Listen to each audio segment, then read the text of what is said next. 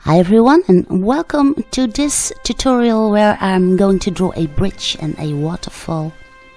And last year I was in the south of England. Where is it? Here it is. And I made this sketch of this lovely stone bridge with water going underneath it. It was a very nice stream, and I'm so sorry that I made a picture of it too with my mobile phone, but I must have deleted it or something. So I'm going to draw this by memory and by using this sketch, of course.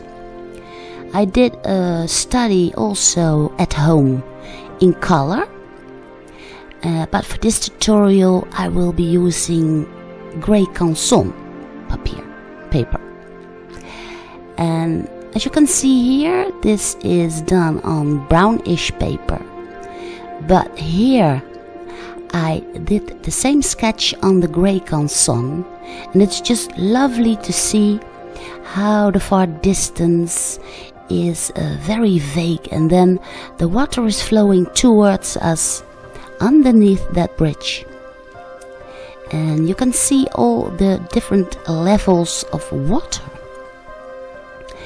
Now, I thought it was so nice that I wanted to share this with you, of course. So I'm going to make this study by using my own sketch and this compressed charcoal and a white pastel pencil. The setup I will be doing with that compressed charcoal. And first I want to draw in the shape of the bridge, of course, and on the right there is a far distance, and to get in a break I will put in a little fence there with some shadow. The light is coming from the right top, so I will keep this in mind during all of my drawing. And that bridge, well, it was stunning. It was so lovely. It was made from little natural boulders and stones and rocks. And there were also bigger rocks around that bridge. And also you could see a little bit of branches of bushes that were around it. And what also flabbergasted me is that the arch of the bridge was made with flat stones, and they were piled together like this, and that of course gives it a lot of strength. Now for the rest of that bridge there were also used all kinds of natural boulders. And because they all have different shapes, it is essential that you draw in each and every little rock of that bridge separately. Now this takes some time, of course, but you really need to do this and not just go crisscross, because then you will not have that natural look of each and every stone in that bridge. For the underneath of the bridge, the lines are horizontal, and you can just see a little bit of boulders there, and there are also big rocks on the foot of that bridge. Now this gives me an excellent start for the waterfall that I want to draw, as you can see on the right. And it is kind of like there were all kinds of stair steps, and way in the back, of course, the rocks that are in the water are much smaller than the ones that I will be drawing in. as we move to the front of the drawing. And there were rocks in the middle of that stream and also on the sides of that river bend. And it's just so great to draw this in, and keep in mind that that sun was the light. It was not really sunny there, but the light was coming from the right.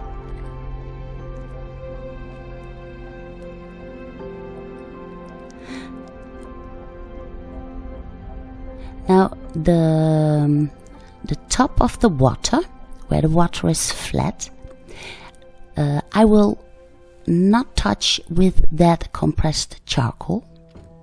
The compressed charcoal is solely reserved for the darker parts of my drawing. And also where the water goes over the edges, I put in that compressed charcoal. Here and there I draw in some grasses also. And here in the front, of course, the rocks are the biggest. Here, for this rock in the middle, I draw in a little bit of shadow underneath that. That will be in the water later on.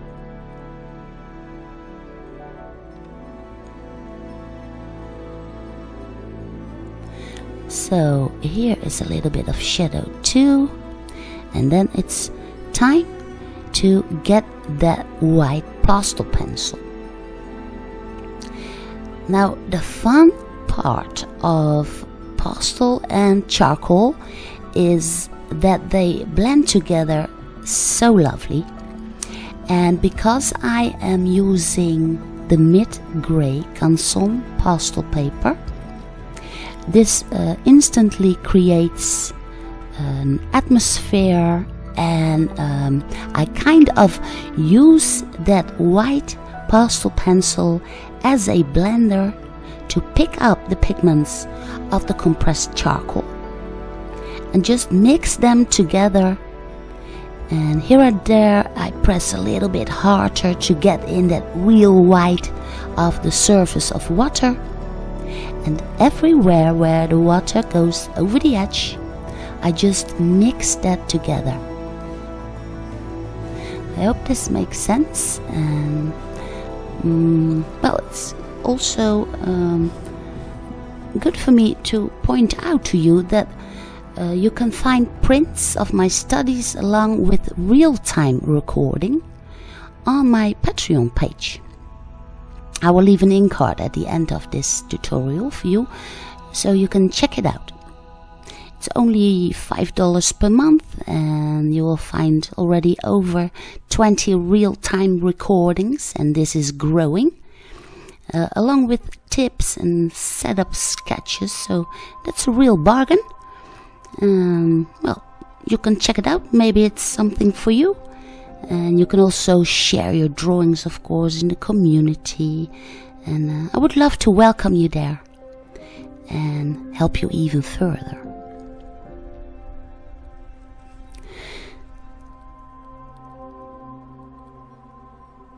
But let's continue this drawing, and what I'm doing here is I'm still blending with that white pastel pencil, of course, trying to get the feel of water flowing and coming down towards us. And the underneath of a bridge, of course, should be quite dark. But white pastel pencil, I still need to get in the lights of wherever this hits the rocks. Now what I do for the bridge is that I also, like I was drawing in each and every stone with that compressed charcoal, I also color in each and every stone with the white pastel pencil. Now these stones are uneven, of course, So some of them are a little bit lighter and some of them are a little bit darker. And that gives that natural feel. So color in each and every stone. And for the right side, where it is somewhat more distance, I also put in some white pigments, but I blur these out altogether with the blender stick. You can see how this creates some kind of far distance, and I also use the same blender stick to push in those darkest pigments of the compressed charcoal. The bridge is also a little bit farther away, so I need that blender stick to even out and to blur out the far distance. Also that part where you can look underneath the bridge, while as in front I will put in a little bit more detail. So get in some waves into the water, and by this way I'm creating atmospheric perspective, so everything in the back is a bit blurry, while in the front it is far more detailed.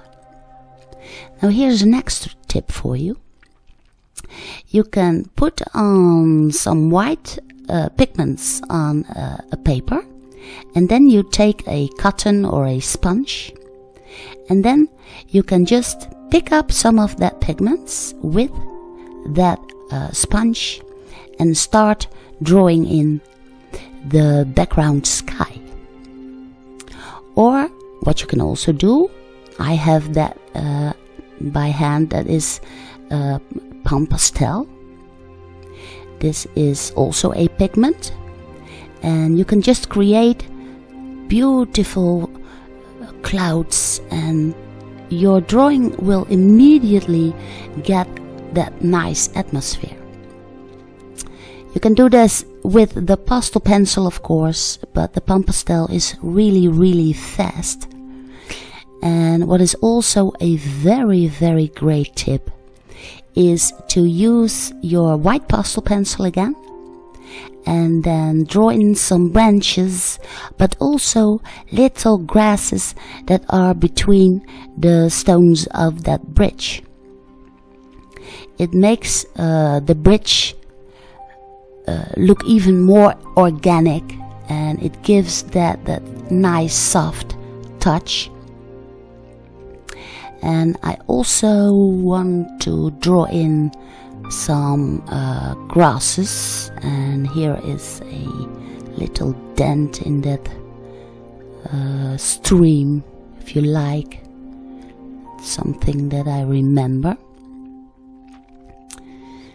You can see how the clouds are pointing towards that bridge, and to break my drawing I will draw in some long reed that was in front of me. That is also what I remembered. So I'm simply combining the compressed charcoal and the white pastel pencil to get that soft feel of reed in the front.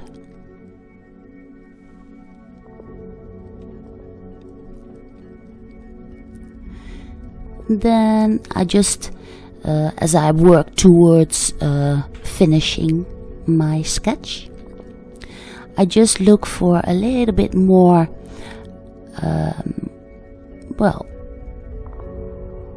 detail, like extra whiteness for the far distance. And what is also very nice is to pick up a little bit of that black charcoal, put it on the blender stick, and then draw in the underneath of the clouds. Here I'm putting in some final touches with the blender stick, blur out the real front, like it's out of focus. Well, I could go on forever with this drawing, but I will just leave it up to here, and I will leave it up to you, of course. I hope you enjoyed this Friday's tutorial, and that you will give it a try, and a big like, of course. Feel free to check out my Patreon page. I would love to welcome you there and help you further. But in any way, I will see you again next Friday.